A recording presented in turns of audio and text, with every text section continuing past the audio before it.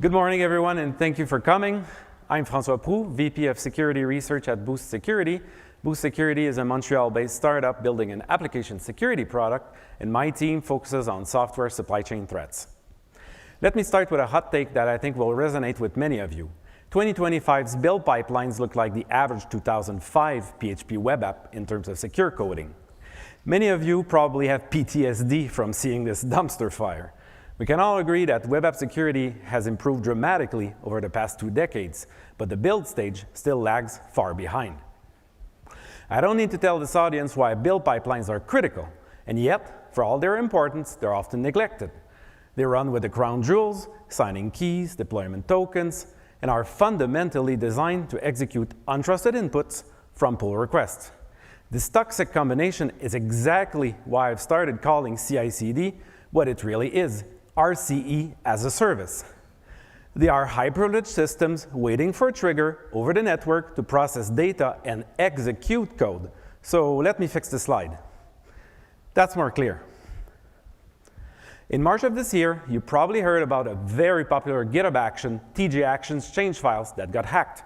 It's a pretty long story, but the crazy part is that based on our independent forensics that we did in parallel of other larger teams such as Wiz and Palo Alto, we came to the same conclusion, that in fact Coinbase was the final intended target.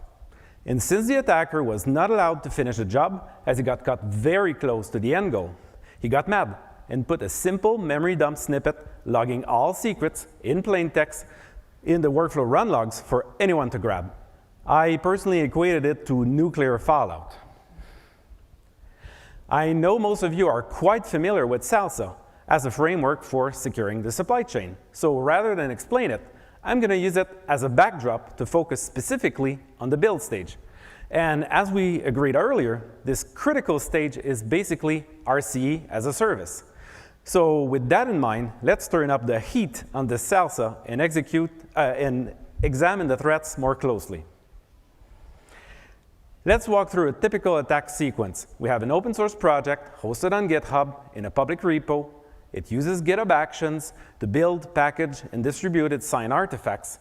It has a GitHub Actions workflow that triggers on a risky event, so it could be pull request target, workflow run, issues, issue comment, and there are many more, which all expose secrets even in the context of an external contribution.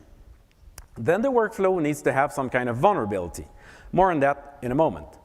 Ultimately, the attacker is able to dump the memory of the runner, which contains all the secrets, and that's because the VMs that those jobs run under grant sudo access to the Unix user. Often, those exploits can be zero-click and leave very few traces. This might look like a subway map to you, but it's the actual attack tree for GitHub Actions. There are many possible mitigations and many ways for attackers to route around some of them. So what kind of vulnerabilities are we talking about here? First, we have the so-called pwn request, which is when an attacker's pull request contains files that modify the behavior of tools already present. And this is why we came up with the term living off the pipeline, because the attacker is simply using risky features of the tools that are already present in that pipeline. More on that later. Second, we have template injection, those mustache expressions. But really, they're just command injection or script injection, depending on the context where the expression is interpolated. Third, we have bot-mediated confused deputy. That's just a fancy way of saying that if the pipeline somehow trusts a non-human identity, such as dependabot, to run certain high-privileged actions, sometimes, and depending on the authorization logic, it's possible to abuse it. Finally, we have self-hosted runners that are not ephemeral. Recall earlier that we renamed CI/CD RCE as a service. Keep that in mind when you consider that a runner is basically a VM that is spun up on demand for a given job. By default, hosted runners are doing just that. But some people might want to self-host because they want a more powerful CPU, some GPUs. In that case, they become responsible for hardening those VMs and making sure that the RCE is not going to allow the attacker to pivot or exfiltrate secrets for other jobs. So what does a vulnerable workflow actually look like? Well, let's look at it together. This one is running on a risky trigger, in that case pull request target, it does not explicitly specify the permissions of the GitHub token, so it may end up getting the default read-write permissions. Because it lacks a branch filter on that pull request target, the workflow could be exploited on a stale branch. And that's because, we'll get to that in a moment. Jobs also can be running based on a Docker image. So the Docker image could contain other vulnerabilities that cannot be seen by simply inspecting that workflow. It references an overprivileged personal access token that appears, based on the name, to be granting write access to other repos in the organization. It then checks out the untrusted code from the fork and then runs arbitrary code that is in the makefile that the attacker controls, and it gets run as thanks to make. So finally, you get also a bonus git branch name injection on the bottom right. So does this only happen on GitHub with GitHub Actions? Absolutely not. All modern CI platforms that trigger on events from source control systems, such as GitHub, may be vulnerable. So GitLab, Circle CI, Azure DevOps, OpenShift Pipeline as Code, Jenkins, they all can trigger when opening a pull request, and depending on the configuration, they may expose secrets, even in the context of building upon untrusted code from a fork. Basically, the devil is in the details. So last year at OpenSSH in Seattle, I talked about our package supply project. Well, in the months that followed, we rewrote it from scratch in Go. And that was so that we could benefit from our own open source scanner called Poutine as a core building block. So the advantage is that now it's much more scalable and extensible because Poutine allows us to optimize the detection rules using new custom rules and rescan the entire data set within just an hour. Also, we shifted our focus of last year of gathering as many open source projects as we could to first starting by manually curating a list of known entities. Entities are basically corporations, nonprofit, government entities, or universities, or in the case of Linux Foundation, many projects related to that, for instance. So if we take Google, we found about 100 different GitHub organizations that are clearly officially linked to Google. In the case of Red Hat, about 120 GitHub organizations. US federal and state entities, 340 GitHub organizations. Each of those may contain hundreds, if not thousands, of public GitHub repos. The advantage is that now we have a central point of contact if we need to disclose multiple vulnerabilities linked to a given entity. Let's talk about Poutine. It's our open source SaaS scanner built specifically for finding vulnerabilities in build pipelines. You can point it to a GitHub or a GitLab organization. It will discover all the repos and scan all the workflows. Under the hood, it uses Rego to expose a domain-specific language, so it's very easy for anyone to clone our existing rules, adapt them for your own needs. It has a pretty cool feature to find zombie vulnerabilities, because as I said before, workflows that trigger on pull request target can actually be triggered on stale branches, and that's because pull request target uses the version of the workflow from the PR's base branch. So an attacker can literally open a PR against those old branches that you haven't patched. And Poutine has a very efficient algorithm for scanning across thousands of stale remote branches. You may wonder how prevalent this vulnerability class really is. Well, based on a recent snapshot of package supply in May, we had over 200,000 findings. Most of those are low confidence findings, basically the output of the open source version of Poutine. What matters is that we found 10,000 high confidence findings, which are based on the internal version of those rules, which are more precise, which they are designed so that they focus not just on vulnerable workflows, but try to validate as many exploitability criteria, as well as ensuring that the workflow is exposing interesting secrets. Basically, an exploitable vulnerability with relevant impact. This, for instance, we would ignore a workflow that is only exposing a secret that is read-only. After that, we triage the finding and find that about 24% of those 10,000 are easily exploitable. Then there are many more that are exploitable, but given current environmental conditions, for instance, if the workflow has been disabled or some dependency is making the workflow crash, we consider it conditionally exploitable. Now let me tell you a story. Picture this. It's mid-August 2024. We spin up the first working version of package supply v3.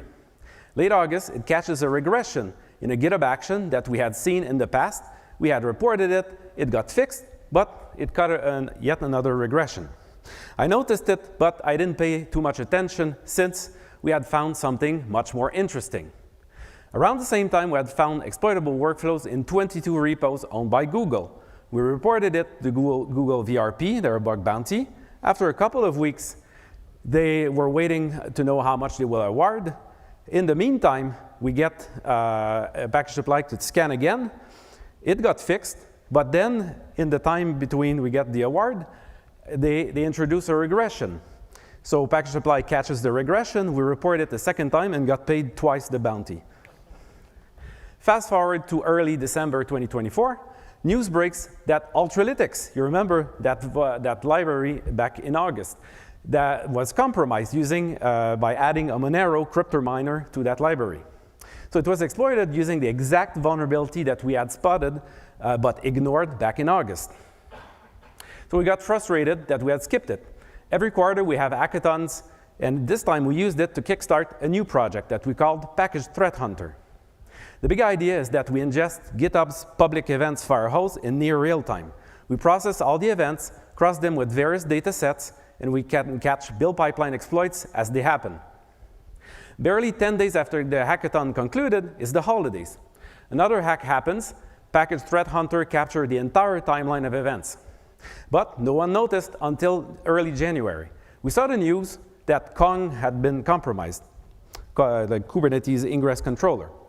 We looked at our data that we had collected, and we had everything to stitch an even more detailed forensics timeline that most other people could do. And that's because we enrich with other data as the events flow. A couple of weeks later, I get the idea to use a dark web threat intel tool from this startup in Montreal called Flare. Pretty quickly, I find a couple of very interesting posts on breach forums, a well-known cybercrime forum. A new user creates an account in early December, first posting how to remain anonymous online, and then, that's the real nugget, about 12 hours before the Ultralytics attack, they drop the exact 0 day with links to Poutine, our living off the pipeline resource, basically telling breach forum users to learn about this new exploitation technique. The hack happens, we know the exact moment based on the forensics. 24 hours later, the same breach forum user comes back, boasting about the attack. And they say, quote, someone used PRs to leak secrets from build pipelines, and they used it to drop a Monero miner, which yielded very little, but it caused chaos around the world. After that, the user is never seen logging back to breach forum ever since. I'm not here to give this person any more attention than they deserve, but I would say that the timeline of events is rather strange to me. End of the story. Let's shift gears back to Package Threat Hunter. Package Supply v3 is on the left-hand side of this diagram, which is all about finding vulnerable pipeline, triaging them, and then responsibly disclosing. On the right-hand side, you have the architecture for Package Threat Hunter, which ingests the public events firehose, but it's also designed to ingest audit logs from our customers. It then gets fed to a complex microservices architecture where we enrich with other data sets, such as those vulnerable workflows that we know about. Then we have the detection rules, and those events and detection get stored in the data lake, in this case, BigQuery. We also derive organically personas of every GitHub users that we see. But more importantly, we also tag if they appear to be exploiting build pipelines. Of course, that requires putting a lot of pieces together to make that call and send it for internal review. Sorry. Now this funnel chart really puts things, the signal-to-noise ratio into perspective. We start with about 5.5 million raw public events daily. The vast majority of those are push and pull request events. We trim along the way as we determine if it's a critical open source project or someone's personal pet project that doesn't even have a build pipeline, for instance. We still have about 500,000 events to deal with, and then later, as we enrich with all the other data sets, we can flag about 46 events daily for manual review. Once we have the events, we triage them as being noteworthy. We can import them into this visual timeline tool.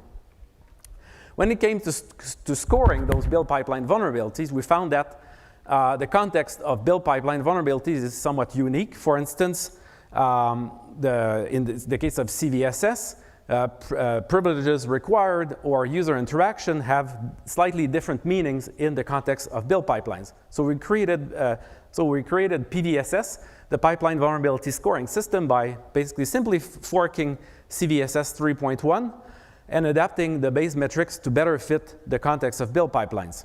We have yet to publish it because after putting more real-world data into it, we realized that we need to switch to the formula behind CVSS 4.0, which gives better results as it has more flexibility for changing those base metrics. Now let's jump to the blue team section. Most of you are quite familiar with MITRE's attack framework, but there's also this supply chain equivalent called OSCAR, which stands for Open Software Supply Chain Attack Reference. We did not come up with this resource, but what we did is we created a profile of OSCAR to focus on just the TTPs relevant if you want to validate your defenses for build pipelines. Already, we narrowed it down to significantly from the original OSCAR matrix, but you can further simplify it and focus on the most common attack scenario, which is a vulnerable pipeline exploiting using living off the pipeline with the end goal to backdoor the final artifact. This brings me to the core concept of our research, living off the pipeline, or LOTP for short. Keep in mind that on platforms like GitHub Actions, an external contributor cannot directly modify the workflow file in their PR and have it executed with privileges. That's a fundamental security boundary. Then the attack surface is not the workflow itself, but it is the tools that the legitimate workflow is already executing. An attacker has to live with the existing pipeline by poisoning the environment it operates in. Most commonly by dropping a malicious configuration file for a tool, such as a linter, a compiler, a test tool, or even security tools that the pipeline is already executing. As you know, many command line tools expect a configuration file in the current working directory. You can find our LOTP catalog at this address. You'll see that we've fully documented about 45 tools already with POC payload, and there's 25 more tools in the GitHub issues pre-triaged for full write-up. Let's look at just two that represent very well some of the most common scenarios. First, we have mkdocs. It's a classic LOTP with a simple YAML, mkdocs YAML. You specify hooks that point to an arbitrary Python file. Done. Trivy, now it's pretty cool. It's a security scanner, in fact. And since you can configure the template for outputting the results of Trivy using the Go template syntax, you have a limited form of RCE where you can still extract environment variables and do DNS-based exfiltration. Another variant are tools that may not have a config file, but they will behave differently when some environment variables are present. Obviously, since the attacker cannot directly modify the environment variables, it may still be useful as a second-order RCE. We've seen real-world examples where poisoning bash using some bash env environment variable may be quite useful to affect downstream bash scripts that will be executed. Time to wrap up. Can we actually use these techniques to predict the next attack? Maybe. It's not going to be easy. Attackers appear to have only just started to use some of those techniques, so we may be ahead of the curve. Or maybe we missed a whole lot. Either way, it's clear that when you think that CI/CD is more like RCE as a service, you can understand why it became red teamers' favorite soft spot. If you want to learn more, check out our blog, our different projects on GitHub. We have some positions open in the research team, so don't hesitate to reach out. A few quick shout outs to other great fellow researchers, and thanks for listening.